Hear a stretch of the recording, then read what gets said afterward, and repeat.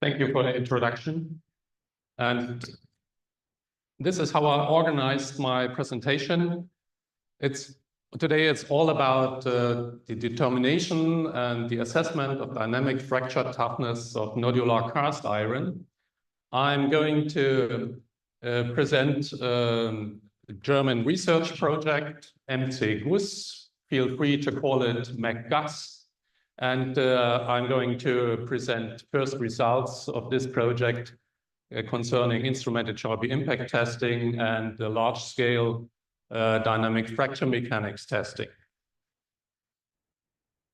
At first, please let me introduce you to the specific fracture behavior of the nodular cast iron.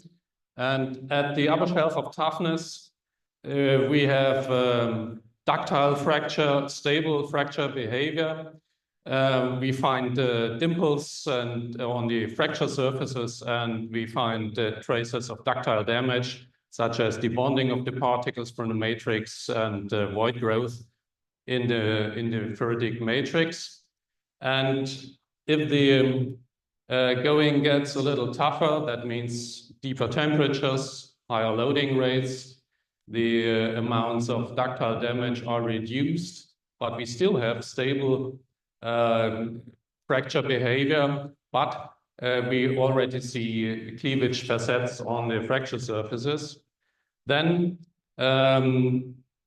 brittle fracture events come into play, but the brittle fractures are still arrested. We have only local instabilities and then crack arrest. And finally, we do have the unstable cleavage brittle fracture, and that's what we are focused on in the project MC-GUS. In these instances, we can determine crack resistance curves, and in these instances, we are only able to determine single point fracture toughness values. So why do we deal with this material? Here are some prominent examples of applications. Transport and storage casks for nuclear materials are made of ductile cast iron. That means the bodies of these transport and storage casks in Germany. And there is plenty of other applications for thick-walled ductile cast iron components where dynamic loading rates are relevant. So the dynamic fracture or the fracture toughness data of materials do scatter in the ductile to brittle transition range. That's a fairly uncomfortable behavior. So deterministic assessment is not possible. You have to deal with the statistical nature of this process, and the master curve is a fracture mechanics tool to deal with this scattering data in the ductile to brittle transition range. The master curve method is standardized in the ASTM 1921, and the principle is that you determine by testing a set of 6 to 8 specimens, you determine reference temperature T0, by means of which you can then adjust a common empirical common curve of fracture toughness over temperature. You can adjust this curve along the temperature axis. So the German MC-GUS project is a common project between a cooperative project between BAM Berlin and our colleagues from MPA Stuttgart. They are focused on testing of CT and DCT specimens, and we deal with the vent type specimens. And the basic goals are to improve the international dynamic brittle fracture safety assessment framework for DCI by investigating if the master curve is applicable to these materials. And by this, we intend to close the gap next to the stable dynamic fracture assessment based on crack resistance curves. So don't worry, I don't go into the details. this is the MCGUS project on one slide. This is just to show you the complexity of the program. We are going to investigate the influence of the specimen type and specimen size. That means the constraint, the influence of the temperature, and the influence of the loading rate.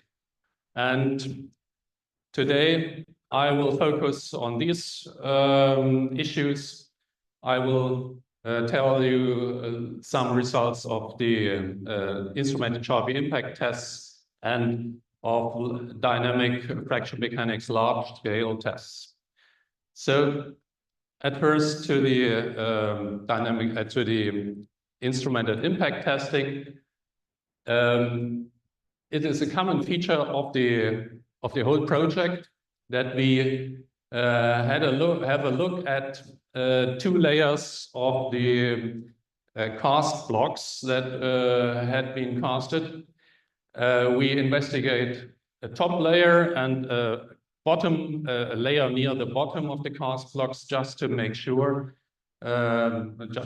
just to care if there are inhomogeneities, or if there is a gradient of the material properties. So, as you can see by these fracture Charpy energy temperature curves for the cast block bottom in blue and for the cast block top in red, there is almost no difference between these two layers. That means there seems to be no significant difference between the material properties across the height of the of the cast block. So normally there's nothing fancy about the Charpy test, but we did instrumented Charpy tests, and that makes us able to have a closer look into the fracture behavior. We were able to determine the crack arrest forces in the ductile and brittle transition range. And if you plot the crack arrest forces against temperature, you can determine the so-called TFA for kilonewton temperature. That is the temperature where the crack arrest force has a value of 4 kilonewton. And this is quite nice result, because the value of minus 5.2 degrees is very close to the value the colleagues in Stuttgart determined by means of Perlini tests. So let's come to the large-scale tests. Large-scale testing is always a challenge. And just to give you an impression for of the dimensions, one specimen, one SEB 140 specimen, has a weight of around 400 kilograms. And these specimens are fatigue pre-cracked to A/W 0.5. Then they are instrumented to measure the force by strain gauges and to measure the crack initiation by crack sensors. And the displacement is measured with camera on a non-contact basis. The strain gauges are calibrated before the tests, and the specimens are cooled by blowing cold gaseous nitrogen into a specially designed chamber. This goes overnight, and then the handling is the challenge. You have to have a crane and a forklift, and you have to have a team of very experienced colleagues who know what they are doing. And at this point, I would like to thank you to give I would like to acknowledge warmly what my colleagues did. So this is the test facility with a system capacity of 1 meganewton and maximum 8 meters per second piston speed, but the piston speed is not the relevant parameter here. It's the stress intensity rate we reached in the tests. It's around 6.5 times 10 to the power of 4 megapascal square root meter per second.